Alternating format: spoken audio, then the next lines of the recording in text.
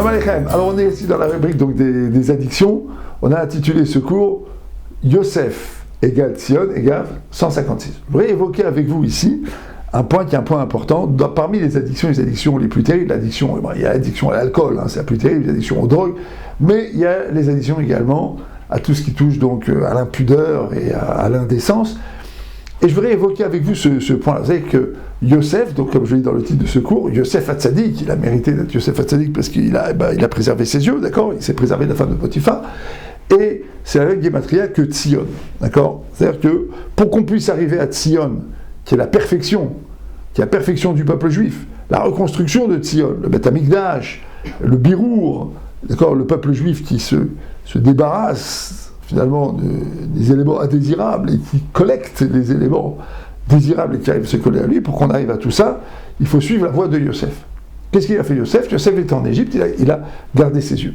Et à cet égard, il y a deux trucs qui sont très intéressants. D'abord, si vous regardez le moment où dans la Torah, la femme de Potiphar essaye d'attraper Yosef, là il est marqué que Yosef a refusé. Et vous savez que chaque mot de la Torah est soutenu par une cantillation, par un tam. Et le tam de Vayemaen, il a refusé, hein, c'est une chalchel. Vayemaen,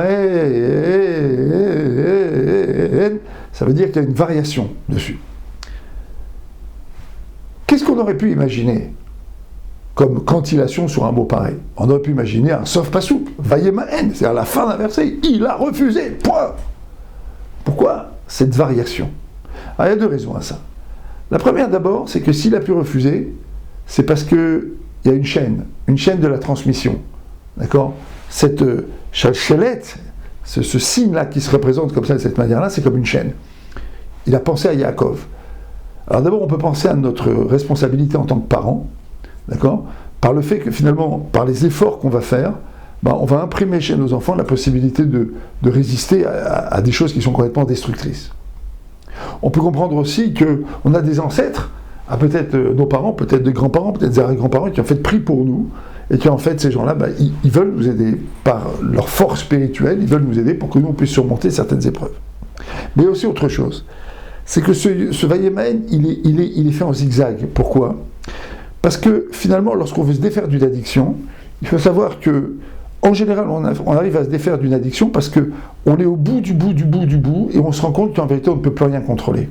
Quand on accepte qu'on est complètement victime de cette addiction, et qu'en fait, on ne peut plus rien contrôler, c'est là que finalement, on est d'accord pour remonter. Mais comment on va remonter? On va travailler, et cette remontée va se faire en zigzag. Elle va se faire avec des hauts et des bas. Elle va se faire avec des oscillations. Et pas des oscillations, des petites oscillations, des ondulations. Elle va se faire avec parfois des oscillations, des grands écarts. Et donc finalement, dans ce mot Vayemaen, il a refusé, dans sa cantillation, ce qu'on voit, c'est que finalement, d'abord on peut oui se défaire d'une addiction, mais ce qu'on voit également, c'est que le refus, à un moment donné, de l'addiction, il doit être accompagné de deux prises de conscience qui sont importantes. La première d'abord, c'est que je suis victime de quelque chose que je ne peux pas contrôler. Et donc il faut que j'appelle à l'aide, il faut qu'il y ait des gens qui viennent m'aider. La deuxième, c'est que mon chemin, c'est un chemin qui sera compliqué. Et je dois accepter les défaites de ce chemin. Et finalement, c'est le conseil que lui donne nos Chachamim. Le Chachamim dit, c'est quoi la différence entre le rachat et le tzaddik? La différence entre le rachat et le tzaddik, l'impie et le juste, c'est que le tzaddik, quand il tombe, il se relève. Sheva Tipol Vakam. Il tombe, il se relève. Dans l'individu qui veut se sortir de son addiction, il voit son addiction, il voit son problème, il voit qu'il lutte, il voit qu'il est aidé, il a appelé à l'aide, il se fait aider, il rentre dans un processus qui est un processus de sortie des addictions, mais il sait très bien qu'il est possible qu'il ait des rechutes, il sait très bien que ça soit difficile pour lui. Pourquoi? Parce qu'en fait, c'est pas seulement les neurones du cerveau qui sont connectés sur cette longueur d'onde, donc de cette addiction, mais c'est que son corps également, on va dire ses hormones, d'une certaine manière, peut-être même il a même des processus enzymatiques très forts qui ont besoin de ça. Le corps a besoin, les neurones ont besoin, beaucoup de choses dans son corps ont besoin de cette addiction, de la substance qui est créée au moment où il peut réaliser son addiction. Et donc finalement, pour se déconditionner de ça, il faut du temps. Il faut accepter cette notion-là, d'accord? Il faut accepter cette notion du temps. Du temps qu'il faut. Il faut même comprendre même ce que c'est que le temps. Parce que le temps, c'est un outil de travail dans les addictions. On avance, on veut se défaire d'une addiction. D'accord? Il faut comprendre qu'il faut du temps, mais c'est quoi le temps finalement? Imaginez-vous que l'espace dans lequel on vit, cet espace extraordinaire dans laquelle on vit, c'est une boîte. D'accord ? Et dans cette boîte, Hachem donne des impulsions de vie. D'accord ? Environ toutes les 1 seconde et demie, Hachem donne une impulsion de vie. Donc, vous savez que la journée juive est divisée en 24 heures, 12 heures de jour, 12 heures de nuit. Chaque heure est divisée en 1080 parties.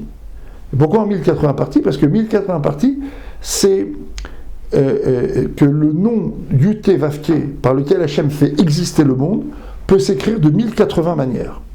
C'est-à-dire, qu'est-ce que ça veut dire cet enseignement ? Ça signifie que le nom par lequel Hachem fait exister le monde se manifeste 1080 fois par heure. 1080 fois dans l'heure, Hachem dit existe à cette boîte-là, à la Voie lactée, à la Terre et aux 7 milliards de gulus qui vivent dessus. Existe. Hachem dit existe. Tehavé, soit. Le temps, c'est l'intervention d'Hachem. Or, ces interventions d'Hachem, répétées, sont finalement des tranches de vie. Et quand je décide de sortir d'une addiction, je décide de vivre maintenant une tranche de vie dans laquelle Hachem va intervenir sur un individu qui veut sortir de l'addiction.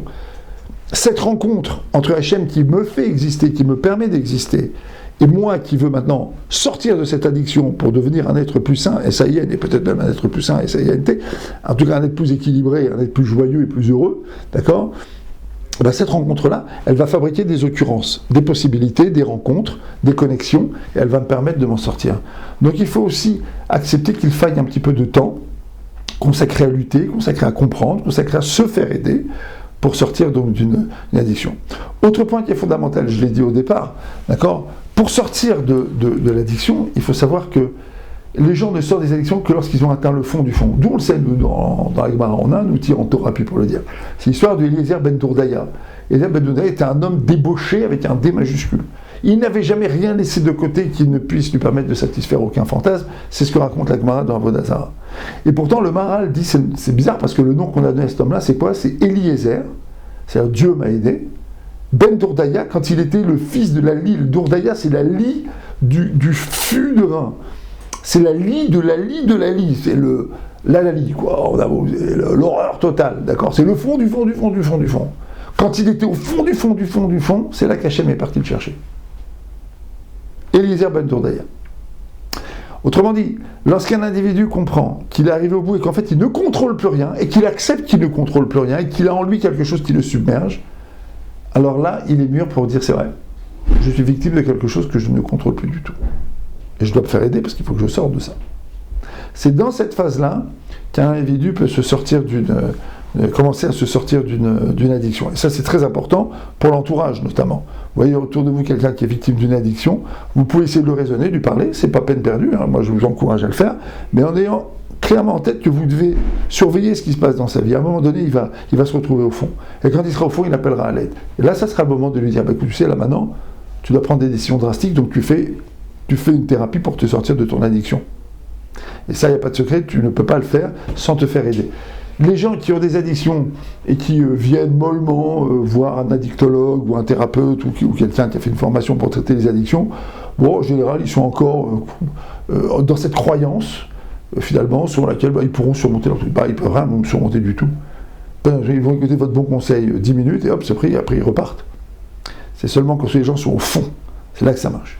Voilà, je dirais d'une certaine manière que Yosef, Tzion, Metsuyan, parfait, il faut être parfait dans la dérive et il faut être parfait à la fin pour s'en sortir. Mais d'une certaine manière, l'addiction a un rapport avec la perfection. Quand on est parfaitement au fond, c'est là qu'on pourra parfaitement tenter de remonter, qu'on pourra parfaitement tenter de s'en sortir, qu'on pourra parfaitement réussir et chuter et parfaitement finalement sortir complètement sur l'addiction. Voilà, à très bientôt.